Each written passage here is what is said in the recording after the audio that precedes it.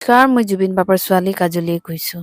আজিৰ বিশেষ এটা ব্লগ লৈ আহিছোঁ। সেইটো কথা হৈছে যিবিলাকে মানে পাপাৰ মাত মাতি জেলত সোমাই ওলালে বা কিছুমানে এতিয়ালৈকেও আছে। গৰিমা শইকীয়া গাৰ্গে নকৰা কাম এটা গৰিমাৰ যি কন্যা কাজলী, জুবিন কন্যা কাজলীয়ে কৰি দেখুৱালে। হয়, কাজলীয়ে এনেকুৱা এটা কাম কৰি দেখুৱালে যিটো কামৰ কাৰণে সকলোৱে গৰিমা শইকীয়া গাৰ্গে কৰিব বুলি আশা কৰিছিল। গৰিমা শইকীয়া গাৰ্গে সেই বিষয়টোৰ ওপৰত মাত মাতিব বুলি আশা কৰিছিল, কিন্তু গৰিমা শইকীয়া গাৰ্গৰ এবাৰলৈ দৃষ্টিগোচৰ নহ'ল সেই বিষয়টো। আৰু যিটো বিষয়লৈ এতিয়া জুবিন কন্যা কাজলীয়ে মাত মাতিছে, আৰু কাজলীয়ে মাত মাতাৰ পিছত মানুহে কিন্তু জুবিনৰ ঘৈণীয়েক, জুবিন পত্নী গৰিমা শইকীয়া গাৰ্গ, সেই গৰিমা শইকীয়া গাৰ্গক গালি গালাজ পাৰা আৰম্ভ কৰিছে সামাজিক মাধ্যমত। কাৰণ সকলোৱে ভাবিছিল যে এবাৰৰ বাবে হ'লেও জুবিন গাৰ্গ নোহোৱা হৈ যোৱাৰ পিছত গৰিমা শইকীয়া গাৰ্গে সেই বিষয়টো দৃষ্টিগোচৰ কৰিব, এবাৰৰ বাবে হ'লেও তেওঁলোকৰ কাৰণে গৰিমা শইকীয়া গাৰ্গে মাত মাতিব।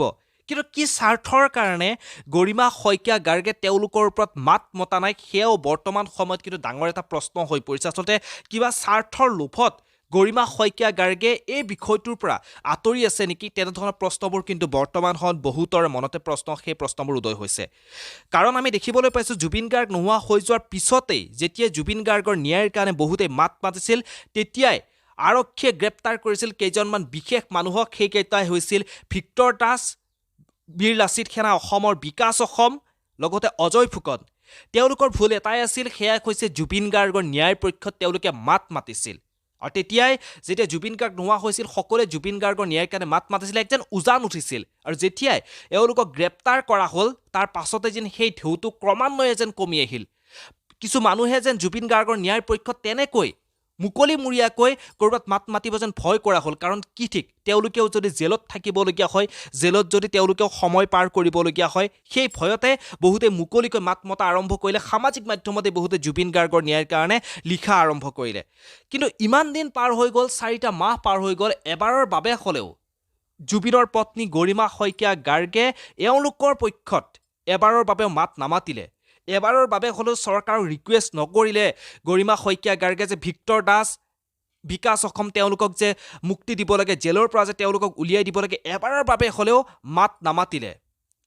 কিহৰ কাৰণে, কি স্বাৰ্থত গৰিমা শইকীয়া গাৰ্গে মাত নামাতিলে? কাৰণ তেওঁলোকেও জুবিন গাৰ্গক ভাল পায়, জুবিন গাৰ্গৰ তেওঁলোকে অনুৰাগী, সেইবাবে জুবিন গাৰ্গৰ ন্যায়ৰ কাৰণে মাত মাতিয়ে আজি তেওঁলোকে জেলৰ ভিতৰত থাকিবলগীয়া হৈছে। গতিকে জুবিন পত্নী হিচাপত গৰিমা শইকীয়া গাৰ্গৰো এক প্ৰকাৰ দায়িত্ব আছিল যে গৰিমা শইকীয়া গাৰ্গে সেই কেইজন মানুহৰ ওপৰত, যিকেইজনে আজি জুবিন গাৰ্গৰ ন্যায়ৰ বাবে মাত মাতি এনেদৰে কাৰাগাৰত দিন পাৰ কৰিবলগীয়া হৈছে, সময় পাৰ কৰিবলগীয়া হৈছে, তেওঁলোকৰ পক্ষত এবাৰৰ বাবে হ'লেও মাত মতাটো গৰিমা শইকীয়া গাৰ্গৰ কিন্তু দায়িত্ব এটা আছিল। আমি সকলোৱে উপলব্ধি কৰোঁ গৰিমা শইকীয়া গাৰ্গে নিজৰ স্বামীক হেৰুৱাই তেওঁ দুখত ভাগি পৰিছে, কিন্তু তাৰ লগতে এই কথাখিনিতো তেওঁ ক'ৰবাত দৃষ্টিগোচৰ কৰাটো কিন্তু অত্যন্ত প্ৰয়োজন আছে বুলি আমি ভাবোঁ। বাকী গৰিমা শইকীয়া গাৰ্গে যিহেতু মাত নামাতিলে, এতিয়া জুবিন কন্যা কাজলীয়ে এইটো বিষয়ৰ ওপৰত মাত মাতিছে। কাজলীয়েনো কি কৈছে, মই ভিডিঅ' ক্লিপ এটা আপোনালোকক মই দেখুৱাইছোঁ, জুবিন আপোনালোকে বাবাৰ ভিডিঅ' ক্লিপটো ছোৱালী চাওক। কাজলীয়ে কৈছোঁ। আজিৰ বিশেষ এটা ব্লগ লৈ আহিছোঁ। সেইটো কথা হৈছে যিবিলাকে মানে পাপাৰ মাত মাতি জেলত সোমাই ওলালে বা কিছুমানে এতিয়ালৈকেও আছে, ইহঁতৰ কাৰণে মই কৈছোঁ, অনুৰোধ জনাইছোঁ। মইনো সৰু মানুহ, মোৰ কথানো কোনে শুনিব, তথাপিও মোৰ অনুভৱ মই কৈছোঁ যে যোনে জেলত সোমাই ওলালে ইহঁতক বহুত ধন্যবাদ। ক'বও নোৱাৰোঁ, ইমান বেছি ধন্যবাদ জ্ঞাপন কৰিছোঁ যে পাপাৰ কাৰণে ইমান মৰম, ইমান স্নেহ, ইহঁতৰ মৰম স্নেহ বাবে মানে জেলত সোমাই আহিলে। আৰু কিছুমানে এতিয়ালৈকে মানে জেলত সোমাই আছে।